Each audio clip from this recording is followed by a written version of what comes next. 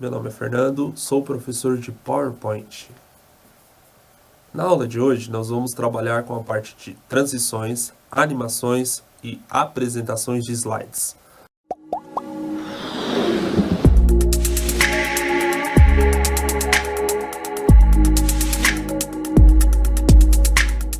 As transições de slides são um modo onde eu vou colocar um efeito na hora de trocar de um slide para outro. Então, este efeito é aplicado a todo o slide.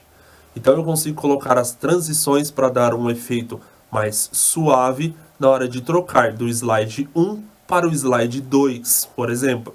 Eu vou ter vários formatos de transições. Essas transições também têm algumas opções de efeitos delas. Então, tem transições que eu posso escolher essa transição vindo da vertical, da horizontal, de cima, de baixo e assim por diante. Uma das transições que a gente trabalha com isso é a transição de barra. Então, ela vem com um efeito como se fosse várias barras, de linhas em barras, e aí eu consigo escolher de onde ela vai vir. Se ela vai vir da minha esquerda para a minha direita, da minha direita para a minha esquerda, de cima para baixo ou de baixo para cima. Então, com isso, eu consigo ter essas variáveis. Fora as outras que eu tenho, que são fórmulas, temos de agrupamento e temos vários tipos de transições. Isso eu vou encontrar na aba Transições, no menu Transições para Slides. Ao lado dele, eu vou ter a parte de configuração de como vai ficar essa transição. Como assim? Eu posso aplicar um som a essa transição e vou determinar a duração que ela vai ter, o tempo que ela vai ter de início e o tempo de fim.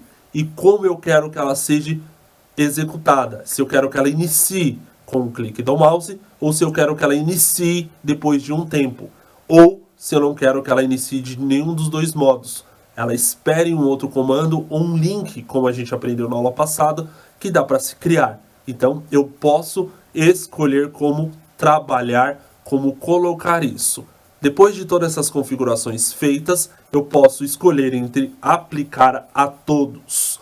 Se eu quiser colocar transições diferentes entre um slide e outro, eu só escolho as funções, coloco os modelos das transições, o tempo, o som, ou se eu quero ser com clique do mouse ou após um certo tempo ele já executar automaticamente, e assim eu vou por próximo slide. Quando eu crio desse modo, eu só faço todas essas configurações para um único slide. Se eu quiser deixar igual para todos, eu uso a função aplicar a todos. Uma observação, pessoal. Na hora de trabalhar com o após, que é o tempo, nós precisamos ter o controle desse tempo pensando na pessoa que estiver vendo o seu slide.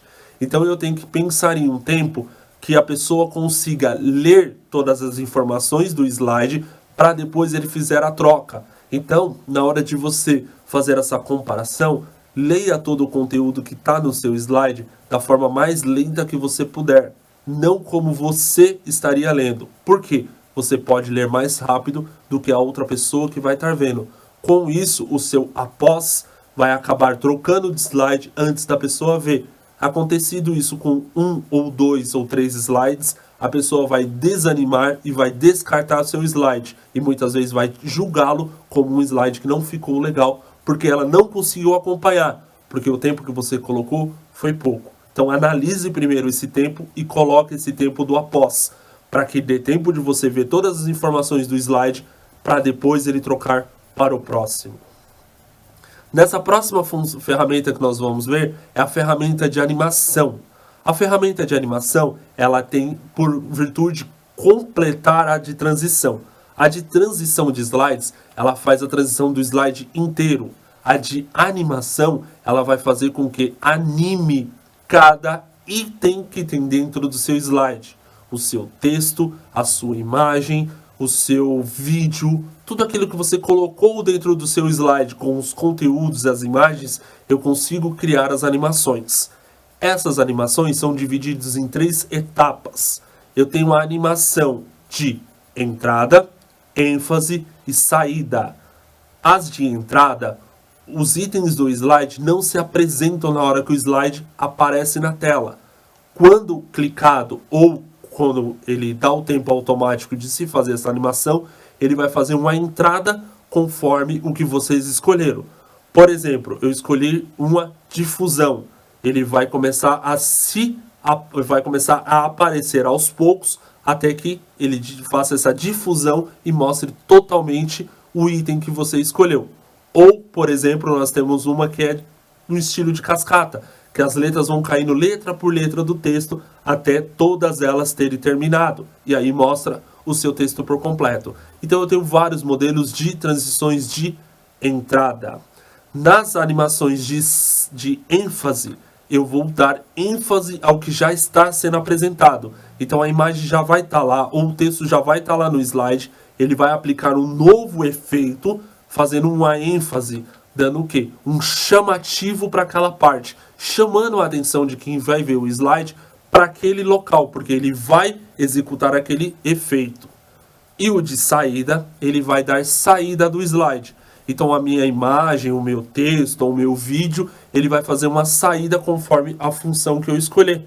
Muitas das funções que eu tenho na animação de entrada, eu também tenho esse efeito na saída, tá? Então ele entra desse modo e sai. Então eu posso colocar um formato gangorra, que ele sairia balançando, vindo de baixo e dá a saída e sai do slide, certo? Esses são os modos dos efeitos. Eles também têm as suas opções. Então eu posso escolher uma difusão, mas eu posso colocar aquela difunda da direita para a esquerda, da esquerda para a direita, de cima para baixo, de baixo para cima, como todas as outras. Tem algumas que não vai apresentar opções. Por quê? O modo dela é somente aquele, tá? Eu também tenho como adicionar apresentações. O que é isso? Eu tenho uma imagem. Nessa imagem eu quero fazer os 3 efeitos. Eu quero dar o efeito de entrada, o de ênfase e depois o de saída. Como que eu faço? Clico em cima dessa imagem, vou lá nas animações, entrada, escolho o primeiro. Quando eu for escolher o segundo, eu vou clicar no botão adicionar a animação. Então ele vai deixar o primeiro e aí eu escolho o de ênfase. Ele vai deixar a sua imagem com 2 apresentações. Depois eu vou lá adicionar a apresentação de novo e escolho a terceira. E aí essa imagem vai fazer as 3 funções: entrada, ênfase e saída. A ordem como ela vai fazer é você quem vai criar com a sua criatividade. Então eu posso colocar todos os itens do slide para dar a entrada. Depois que eu coloquei todas as entradas, eu venho adicionando em cada um deles o ênfase. Depois que eu adicionar todos os ênfases, eu venho adicionando de novo todas as saídas. Com essa ordem, todos vão se apresentar no slide, todos vão fazer um ênfase e depois vai saindo um por um do seu slide, certo? Dando esse efeito de saída. Então a ordem, quem monta é você, através da sua criatividade na hora de criar essas animações. Temos também o painel de animação, que ele vai mostrar essas ordens, quem está começando, quem é o primeiro, quem é o segundo, quem é o terceiro, qual vai, qual não vai, qual que eu cliquei, qual que eu não cliquei. Então o painel de animação sempre vai auxiliar como a gente está montando essas apresentações, como a gente está montando essas animações, para que com isso eu tenha controle do que eu estou montando e a ordem que eu estou criando. Depois, ao lado, nós vamos ter os intervalos. Então, eu consigo escolher o intervalo de cada um. Então, eu posso pegar o primeiro, deixar ele como início, para iniciar com o anterior, e o restante seguindo ele. Então, quando o primeiro se apresentar, já vem o segundo, já vem o terceiro, já vem o quarto, já vem o quinto. Com isso, eu deixo mais dinâmico e automático, onde eu não vou ficar precisando clicar com o mouse para ele ir executando as minhas animações. E também consigo controlar a duração de cada uma delas, o tempo que ela vai ficar se apresentando até a sua finalização. No próximo que nós vamos ter, a próxima aba é chamado de apresentação de slides. Essa aba é uma aba que a gente vai ter controle.